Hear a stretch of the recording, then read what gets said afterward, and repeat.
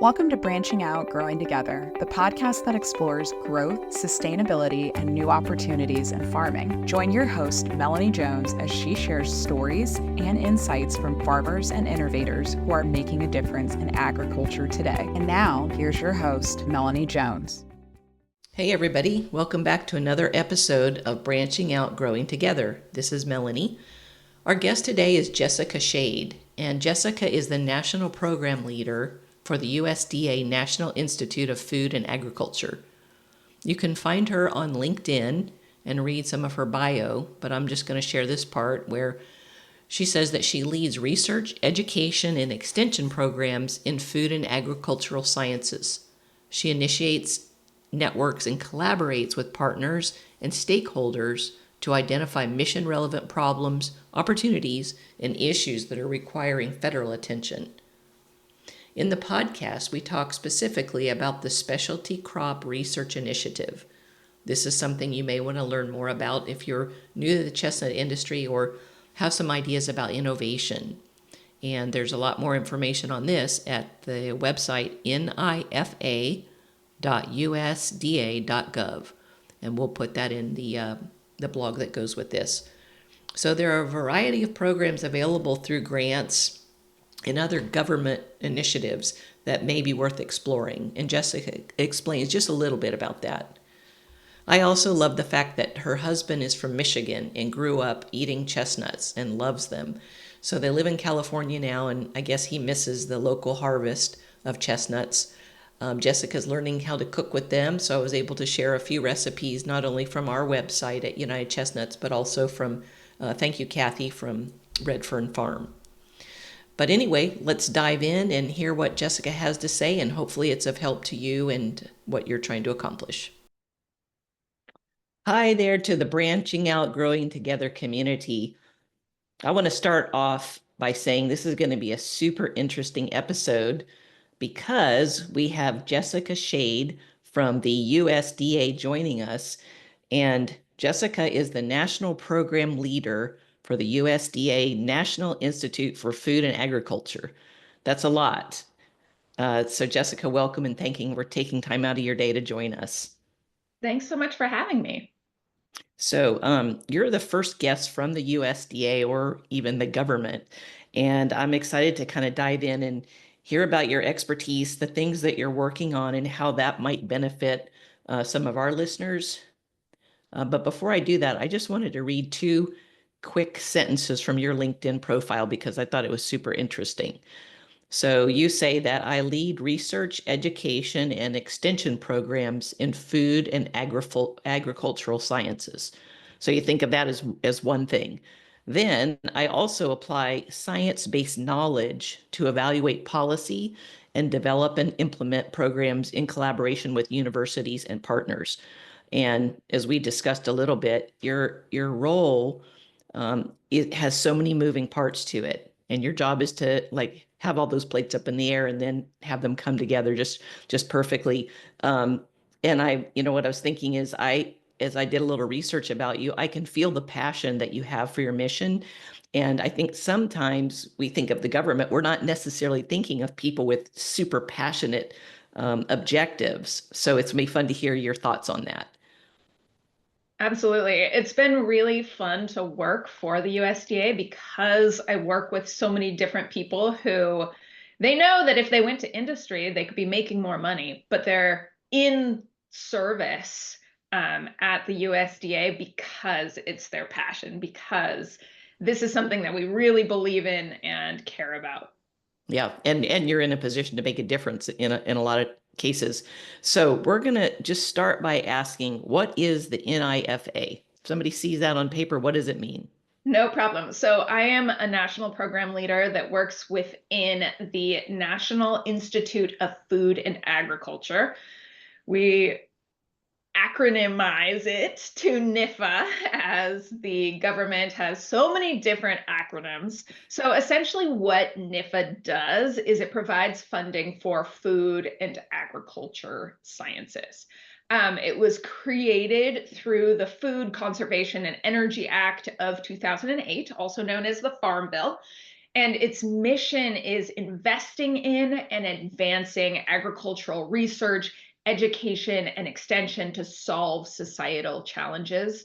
And NIFA's vision is catalyzing transformative discoveries, education, and engagement to address agricultural challenges. So, in short, we work to solve regional and national issues around food and farming. Yeah, and if you think too about a lot of the listeners to this podcast, they're people that are in the chestnut industry or looking to get into it. So there's some benefits that we all can learn from you of the programs that you're managing, right? Absolutely. We have several programs that are applicable to the chestnut industry, especially for industry members that are collaborating with researchers. Okay, so I guess that's a natural progression to talk about the Specialty Crop Research Initiative. That's a grant program. And I think there's ways that it can benefit not only current farmers, but potentially those that are looking to kind of get into farming. Is that right? Yeah, so I work as part of the Specialty Crop Research Initiative, which the acronym for that one is SCRI. So you will hear me say that. Okay. So I work with the SCRI team along with Tom Buick and Megan O'Reilly. And SCRI was first authorized in the 2008 Farm Bill to fund extension and research on specialty crops as a response to industry members who came together and pushed Congress on needing support for specialty crop research and extension. So it really had its, concept come from the specialty crop industry. It was first funded at $35 million annually, and then it steadily increased through Farm Bill iterations, again, because industry members keep coming back and saying, hey, this is really having an impact. Yeah. We're currently funded at $80 million annually, and the most recent update to the program expanded the legislative focus areas. So the program encompasses a really wide variety of priorities. So we have 5 congressionally mandated priority areas. One focuses on plant breeding, genetics, and genomics for everything from taste to environmental stress. Another addresses threats from pests and diseases and also includes pollinator health. Then there's this broad category that includes production, efficiency, handling, processing, competitiveness in trade, profitability, Wow. and also a better understanding of the soil microbiome and extending the storage life of specialty crops. The 4th priority looks at new innovations in technology for everything from mechanization and automation to monitoring systems. And then the 5th focuses on food safety risks. And what we're really trying to facilitate with the Specialty Crop Research Initiative is project concepts that are built from stakeholders. So we want to make sure that the researchers are engaging growers before they even come up with a research agenda to ask the growers what their challenges are and then build a research concept together that meets the needs of the group. So this program was kind of trying to break research out of the ivory tower. Yeah. Growers and industry members are a really key part of the research team from the inception of the project through the active research to the communication and implementation of the results. And Wow. I think that the core concept is what makes the SCRI a program that truly benefits farmers. It's not a program that funds esoteric research questions. It's growers who are working hand in hand with researchers saying, hey, this is the biggest issue that I'm facing in my fields, in my orchard, and I need tools to manage this problem or my crops are going to fail. Yeah. Yeah, and the chestnut industry in the U.S. is really starting to grow. I heard someone say, it's a crop that's grown and eaten all over the world, except for the United States, where we have a lot of regions where it's perfect for chestnuts. So do you like hear that kind of feedback? Are you involved at that level with the participants? Yes. So we try and talk directly with um, the different specialty crop industry members as much as possible. And Hmm. so that's actually one of my favorite parts of the job is hearing directly from growers, from industry, commodity boards or associations about what they're experiencing. And Hmm. so we've definitely heard that, there's been this increase in interest in chestnuts. I hear this from the industry, but I also see it at the grocery store. So just last week, I bought some chestnuts. I don't think my kids have ever had it before, and I was so excited to see them as part of what's available, kind of getting towards the holidays for people to see in the grocery store.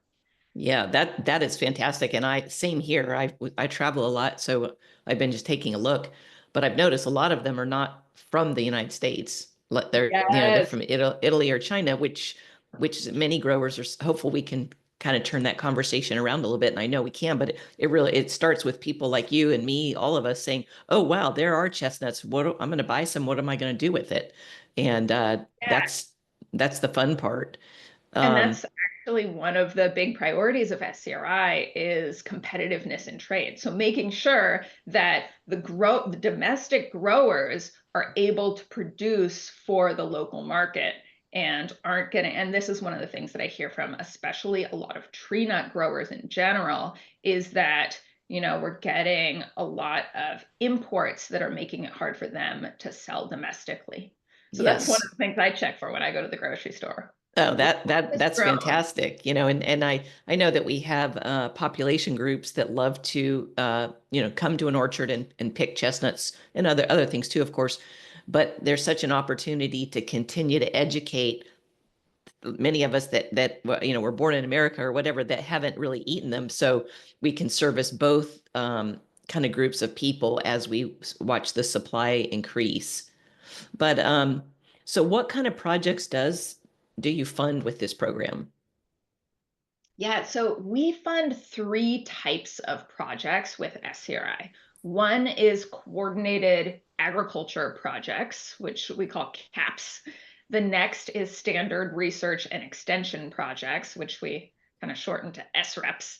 And then the third are research and extension planning projects. So the coordinated agricultural projects, those CAPS, they're the largest of the three projects. They last up to 5 years and have a budget of around $2 million per year. And their purpose is to address problems that cut across production, distribution, processing, and consumer markets. So those projects are complex. No individual researcher can develop the solution to the problem alone. They need to work in a team to put their knowledge together. They also have to show the potential to develop a national strategy or solution as a goal. So it's not that they can't have a regional focus, but the outcomes really have to be applicable broadly. So they have to promote collaboration, open communication, the exchange of information, and development of resources that accelerate the application of scientific discovery and technology to address the needs of specialty crop industries. Yeah. The standard research and extension projects, so the SREPs, are also projects that last up to 5 years, but they usually have a smaller budget than CAPS, around $1 million per year. SREP awards support targeted problem-solving efforts that they contribute to the overall sustainability of a specialty crop, but they aren't as big as a CAP project. They still need to bring together research and extension components, but they might be more narrow in scope. And the last type of SCRI project is a research and extension planning project. So these only last for 1 year. They have a funding cap of $50,000. And what they do is help applicants develop high quality future SREP and CAP proposals, or they can be awarded to consumer, producer, or industry groups for developing strategic research and extension plans. But the general expectation of these awards is that the outcomes could provide the relevance basis for future SCRI grant applications. Yeah, it's like the early stages or formation of the foundation, it sounds like. And how do people learn about these programs? I don't know if this was in our pre-prepared questions, but just curious. Yeah, so there are, first of all, the best way to get information about the SCRI program is to check out the SCRI website. It's probably easiest to do an internet search for SCRI NIFA, NIFA, and our page should be the first that pops up because the address is pretty long. And it's very unique. But there are also a lot of other programs that might be of interest to people. So I encourage people to go to the NIFA website and look at the various programs that we have going on. And while you're at the NIFA website, you can also sign up for our newsletter, and then you'll get delivered to your inbox anytime there's a program that's coming up or any new awards that are being made. It's a great way to really stay plugged in with what's going on. Yes, we'll put that in the blog that'll go with this, along with maybe we can get a list of the acronyms. Absolutely. Oh my goodness. That list would be so long. Actually, it's funny, when I started working at NIFA, part of my hiring process, they sent me this big list of all the acronyms that I was going to see pretty frequently. And within the first week, I had heard probably 50 acronyms. None of them were on that sheet, just because there are so many of them. Oh, I know. I work for Court, a company. We have plenty, but I can only imagine, you know, you're like on steroids. What is the relevance of the review process? Yeah, so the relevance review process. So SCRI is really unique because it goes through a two-tiered review process. So in addition to the kind of standard scientific review panel that most NIFA grants have, SCRI gets reviewed by industry members too. Oh, wow. Through the stakeholder relevance review. So the SCRI applicants have to submit pre-applications. Those pre-apps get reviewed by industry members to make sure that the application is relevant to the industry, that it's tackling a critical need for the sector, and that industry members are truly integrated into the team. So relevance reviewers, who are industry members themselves, are really checking to make sure the projects are meeting the ethos of the SCRI program by integrating stakeholder participants and tackling critical challenges for the sector. Or if it's more of an abstract, less applied research concept or team. So, you know, that would mean that the SCRI program probably wouldn't be the right fit if they're tackling kind of this abstract, esoteric concept. Okay, yeah. Yeah, because let me tell you, there's no one who can better evaluate if a project is truly working with growers on a critical issue than industry members themselves. Yeah, so there's no doubt about that. And about how many of these processes are in place at one time? Like, I know you say some of them are a 5-year duration, but is it a handful or 100 or? So we usually fund around 20 to 30 projects per year. Okay. But they kind of compound since they're all 5-year projects. So you could see, you know, around 100 that are active at any one time, and sometimes more. Yeah. Okay. So I think we'll probably have listeners and viewers who are interested in this. So if they go and they, you know, find out the information and want to put together a proposal, in your eyes, what makes a proposal successful?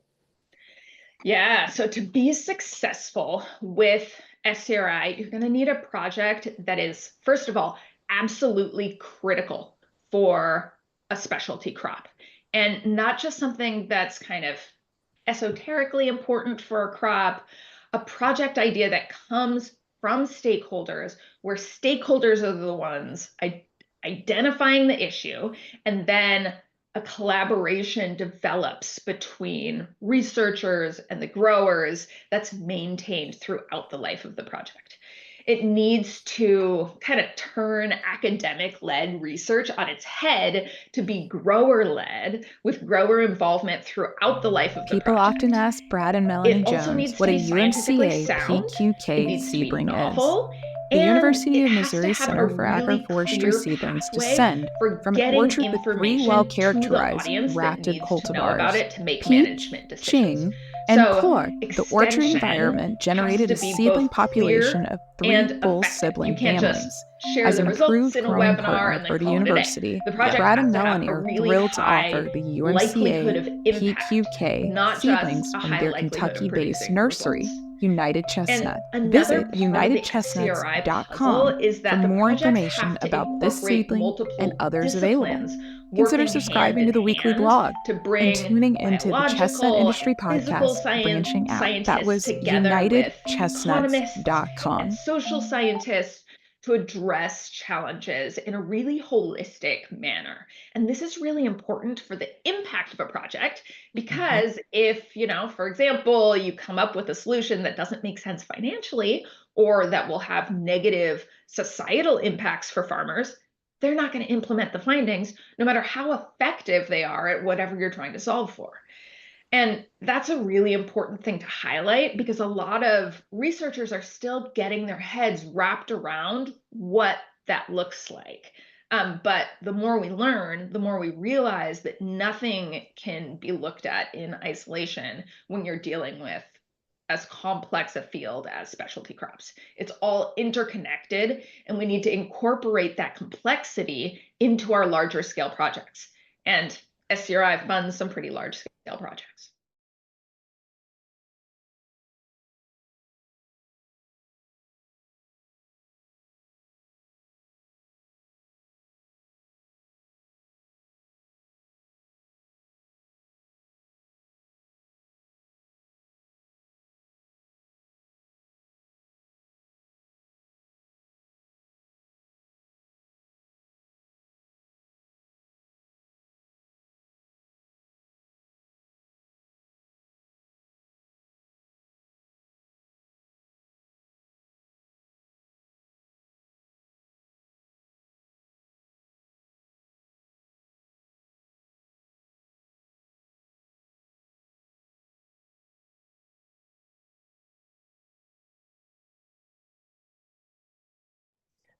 So if someone had a chestnut farm and they had an idea of something that would really make an impact or an improvement, that would be a good person to apply, right?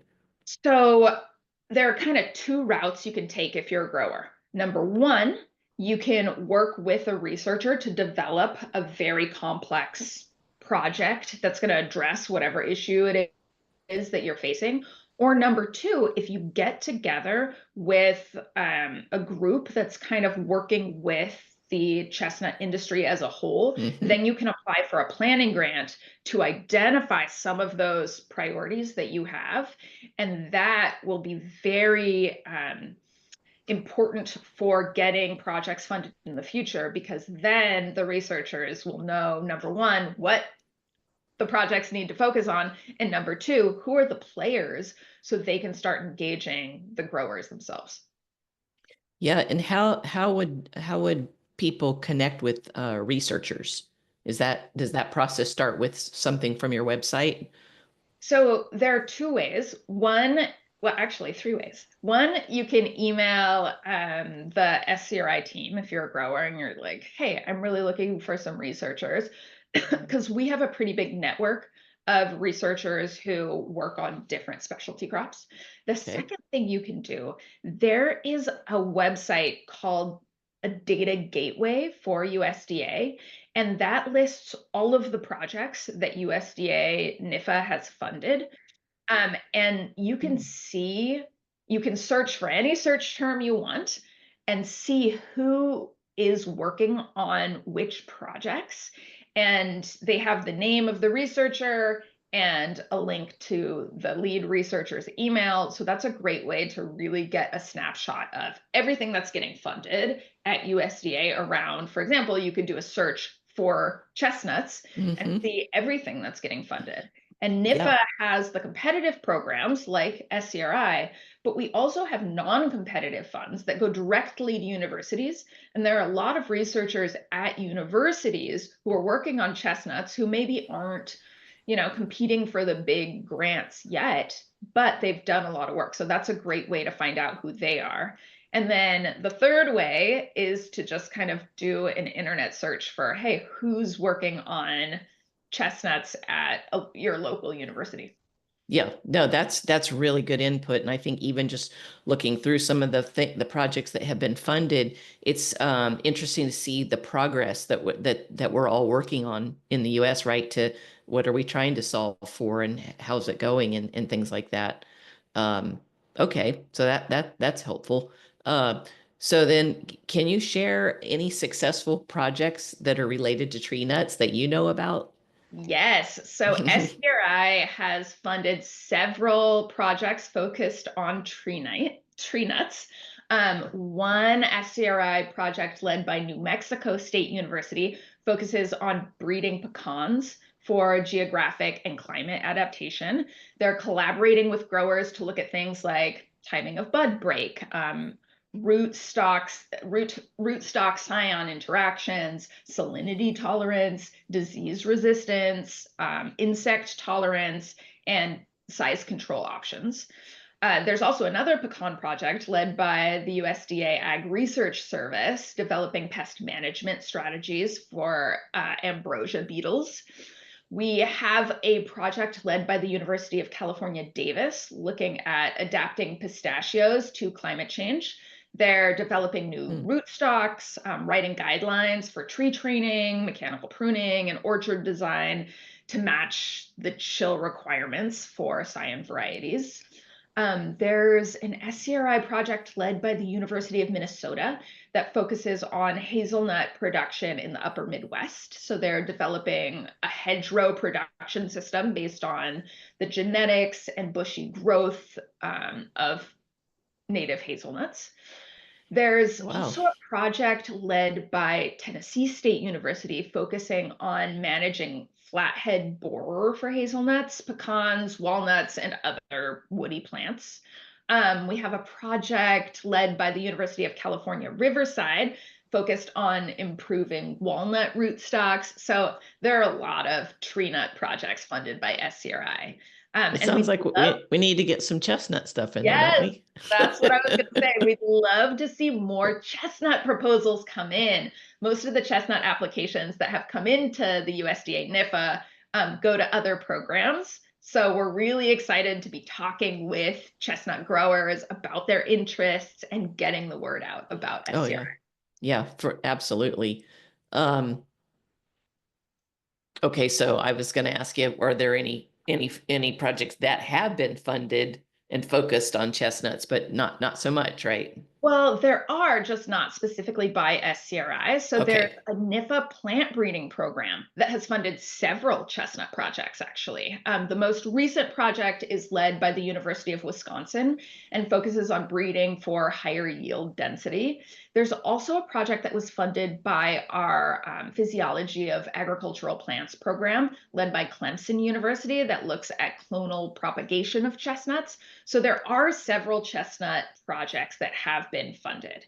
Yeah, that's fantastic. I know we were approached by Clemson, I think, on that study. Just, this is something for listeners to know. Sometimes there are researchers looking for people and growers that would be willing to participate, so not necessarily any funding involved, but just to help with research. And so yeah, that's good and work.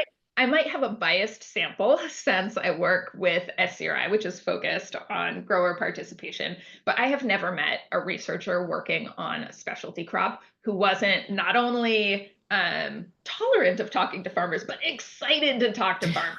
I mean, I learn more from talking to a farmer for a half hour than I do reading scientific papers for a full year. Yeah, because the growers have the passionate experience of this is what's actually going on. This is what we're experiencing, and this is what we need help. And it's not always super, super academic. It's just real life. So that's interesting to see all the parties coming together. Like you said, to have solid solutions, you really kind of need that collaboration and buy-in from the stakeholders. So you're just doing a great job. So now people are going to say, well, how can I get involved? Is there a way for us to tap into any grant opportunities? Tell us about that. Yes. So, first of all, we are always looking for more relevance reviewers. So those are industry members. So chestnut growers, anyone from the chestnut industry would be a fantastic reviewer for us. So if you're interested in reviewing, you can reach out to the project team. So that's Tom Buick, Megan O'Reilly, and myself. Our emails are all listed on the SCRI website, but hopefully you'll send them out as well. We will. And if, my email is easy. It's my first name dot last name at USDA.gov. So jessica.shade, like the shade of a chestnut tree, at USDA.gov. And then we're also going to have you fill out a PRS profile. So that PRS stands for peer review system. And that helps us manage application reviews, but it also helps us make sure that our panels are diverse. So if you go ahead and set up a profile, so that's at prs.nifa.usda.gov. And that'll help streamline things after you reach out to us. Yeah. So you said reviewer. So does that mean that you're helping to look at some of the information that's been submitted? Exactly. So those pre-applications that I mentioned, those get submitted to us, and then they get read by industry members. So if you volunteer to be an industry reviewer, you will get probably 3 to 12 proposals to read and comment on, and they'll be focused on your specialty. So chestnut growers would most likely be in the tree nut panel. So the only applications you're going to be reading are about tree nuts or whichever expertise you think you have most, the most knowledge in. And then, we have a way for people to review. There's a matrix where you can say, all right, this person did a good job at this, but not as good at this. And that's how they review it. About how many people review one application, do you think? So it depends on how big the panel for that specific topic is, but it can be anywhere from, it has to be a minimum of 3, but we try and have at least 6 to upwards of 15 people. Wow. So this year we have over 180 relevance reviewers. And then those get broken up into 19 different panels. So, there's a berries panel and a tree nuts panel and a tree fruit panel and a turf grass panel. And all of the reviewers who have expertise in that area then read all of the pre-proposals that have been submitted to us about that topic. Yeah. And if you got say 200 applications, what percentage of those make it? Is it the 30 or so that you're talking about? Like what are the percentages of submissions versus awards?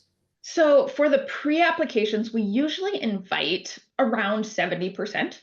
And that's the decision that the industry review panels are making. They'll read those pre-applications, and the ones that they think are meeting the needs of the industry best get invited to submit a full application.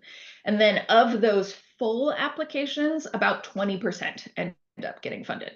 Yeah. And so we Okay. do start off with around 200 applications. I think this year we have between 160 and 170 original applications.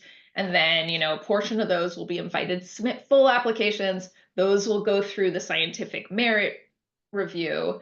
And then 20% of the ones who are invited usually get funded. Yeah. And that's just fantastic. And I mean, thank you for like joining me here, because the more you get the word out, the more reviewers you receive and the more proposals, and we make progress even quicker. Yeah, absolutely. And I'm going to try and give a hard sell on being a reviewer, because I know that it kind of sounds grandiose to say that the success of overcoming agricultural challenges rests on people's participation in panel reviews. But truly, these reviews are what ensure that the projects with the most promising solutions to the most pressing challenges are getting funded. Mhm. So the reputation of the United States agriculture, our competitiveness in agriculture with the rest of the world, and the livelihoods of farmers really depend on accurate, high quality reviews of these proposals. So, in some ways you can think of this as your civic duty. This is the Honestly, scaffolding, that our agricultural advances are built on. yeah, you can't just sit back and do nothing. If you want to be part of the progress, you have to get involved. What if someone didn't feel qualified to do that? This is something that I hear over and over again. Growers are so humble. I can guarantee you that if you have been growing for over a year, if you are, getting a majority of your income from being involved in the industry in one way or another, you are an expert. I know it doesn't feel like that. I was talking with last year, I was talking with a relevance reviewer who's thinking about signing up, but then he said, I just don't think I'm qualified enough. I've got a buddy down the road. He's been growing for 15 years and he knows so much more than I do. I've only been growing for 5 years. I was like, no, you are definitely an expert. The Yeah. amount that you have learned. No, that's great. I mean, you're so honest about that, and I'm sure there's a part, if you didn't feel qualified to answer one of the questions or something, you could just say that. Exactly. So, okay, we talked about like how and why should people get involved, because it's their civic duty. And So that is one of the reasons. But being a reviewer isn't just an altruistic sacrifice. It also has a lot of benefits. So for the relevancy reviewers, being a panelist is a great opportunity for commodity sectors, because it's one of the major ways that industry members can make sure that SCRI projects are meeting their own priorities, especially because the priority areas that I mentioned for the SCRI are really broad, and those are mandated by the Farm Bill. So those aren't going to change until the next Farm Bill comes out. So, it can fund anything under those priority areas. So being a relevancy reviewer is a way to make sure that the more granular sector specific needs are being met. And it's also a great way to kind of understand what is getting funded, how good proposals are written. So if you don't have a lot of experience in grant writing, or even if you do, it's a great way to have a behind the scenes look. So before my life as a national program leader for NIFA, I used to apply for funding, and I applied for grants at NIFA maybe 3-4 times in a row, never got funded. Then I volunteered to be a reviewer for 1 year, and I learned so much that every single time I applied after that, I got funded. So it really does change your perspective on how to apply for a grant. that's a great testimonial right there. Not only are you learning and helping, but you are preparing yourself for the future for something you may not even know you want to do at this exact moment. It's just a great time in U.S. farming to be innovators at whatever level we're at. we're should be appreciative for all that the government provides to us to help us get involved and have a voice.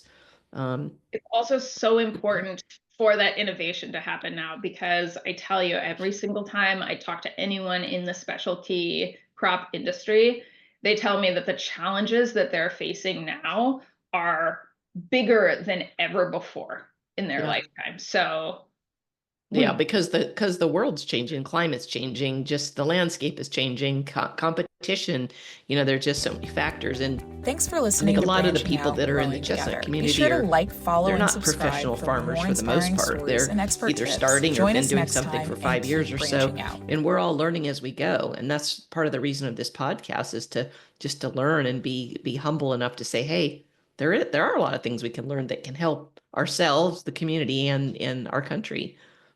So yeah. well, And it's this has been, important to know that that goes both ways. So, the growers can certainly learn from researchers, but researchers can learn from growers too. And it's yeah, that collaboration that really makes the magic. yeah, no doubt about it.